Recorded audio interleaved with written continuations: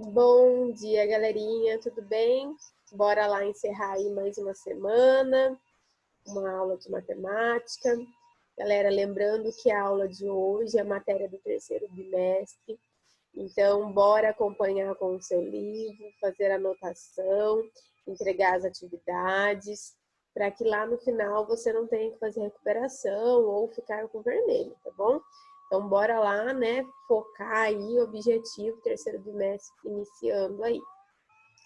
Pessoal, bora lá então, acompanha comigo aí, tá lá no seu livro, página 153, tá? Nós vamos começar a falar um pouquinho sobre os números racionais. Perdão.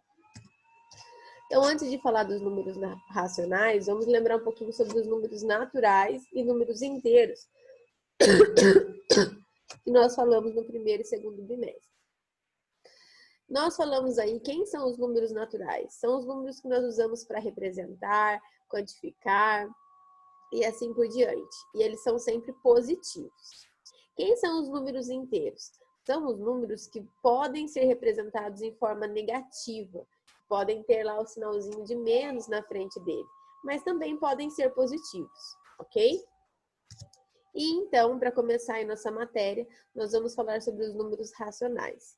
São os números que vão ser representados, né, em forma de fração ou em forma aí de número decimal, né, quando eu tenho vírgula. Diferente aqui dos números naturais e números inteiros. Os números naturais e números inteiros, eles não vão ser representados aí em forma fracionária e nem em forma decimal, tá bom? Aqui nos racionais eles já vão. Então, os números racionais aí podem ser apresentados em forma de fração e em forma de decimal finita ou infinita, tá bom? Periódica aí. E para a gente falar um pouquinho sobre racionais, né, já que eles podem ser representados por fração, vamos saber o que é uma fração. Fração é uma forma de expressar, de representar uma quantidade de dois números inteiros. Por que inteiros? Porque a fração ela pode ser positiva e negativa, tá? E fração, ela vem do latim, significa partido, dividido, quebrado, tá? Então, por isso que nós vamos ter dois números aí. Vamos saber como é que esses números são nomeados e para que eles servem? Então, aqui eu tenho o número de cima, que é chamado de numerador. É aquele que numera. E a parte de baixo é chamado de denominador. É aquele que denomina. Peguei um exemplo aqui para que você possa entender. Imagina aqui que eu tenho uma pizza e eu dividi essa pizza em 7 pedaços. Cadê essa pizza? Dividi em 7 pedaços. Então, 7 é um número que eu denominei para fazer a minha repartição, para cortar em pedaços, para partir a pizza em pedaços. Então, 7 é o meu denominador, porque eu denominei que tem 7 pedaços essa pizza. Eu cortei e dividi em 7 pedaços. Olha ele aqui. E esse 1? Esse 1 é porque eu tenho uma pizza só? Não, porque eu, tia Rafa, vou comer apenas um pedaço dessa pizza. Olha lá, eu tirei apenas um pedaço dessa pizza. Então, a pizza tem 7 pedaços, olha aqui o denominador, e eu comi apenas um. Então, toda vez que for representar em desenho, né, ou que a gente for ter que fazer um desenho, o denominador vai ser aquela parte, vai ser a quantidade de quadradinho, de repartições que nós vamos fazer nessa figura. Ele denomina a quantidade, ok? E o número aqui de cima? O número aqui de cima representa quantas partes eu peguei dessa quantidade. E na fração, existe a forma de se ler ela. Como é que nós usamos? Aí na página de vocês, 156, tem uma tabela, tá? Que é importante você ler ela aí e grifar. Na fração, a partir do 10, né? Acima do 10 aí, nós usamos, do 10 não, no caso, acima do 10, tá? Nós usamos aí para representar. Um exemplo. Se eu tivesse uma fração aí, deixa eu pegar uma folha aqui para representar para vocês.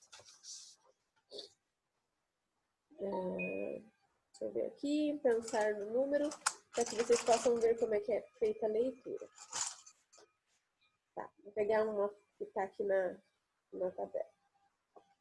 Eu peguei aqui, ó, 1 de numerador e 20 de denominador. Como é que eu vou ler essa frase? Essa fração? Eu vou ler 1, 20 avos. Então, todo número que passa do 10, nós vamos ler com avos na frente, tá? Vou dar um exemplo. Olha lá. Aqui eu tenho o número 3 como numerador e o número 9 como denominador. Como é que eu vou ler isso daqui?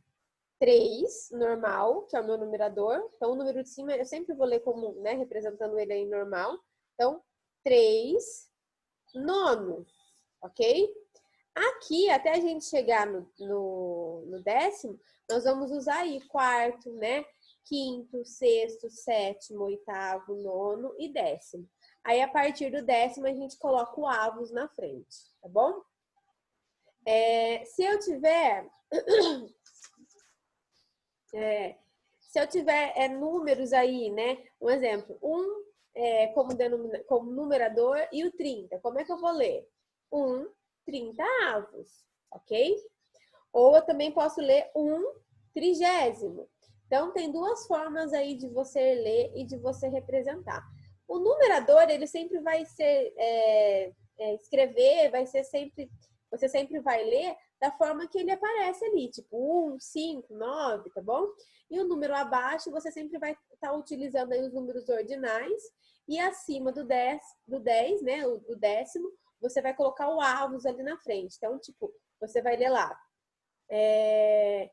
10, 20 avos. 10, 21 avos. Então, acima do 10, você pode ler também o denominador como ele apresenta, né? Se for 21. 21, só que põe um avos, tá bom? Então, lembrar sempre isso. Que a partir aí, né, até o 10, nós vamos usar os ordinais. Quarto, quinto, sexto, sétimo, oitavo, nono, décimo. Chegou aí no 11, você vai representar ele aí como o quê? 8, 11 avos. Coloco avos depois aí da forma que se lê esse número, ok?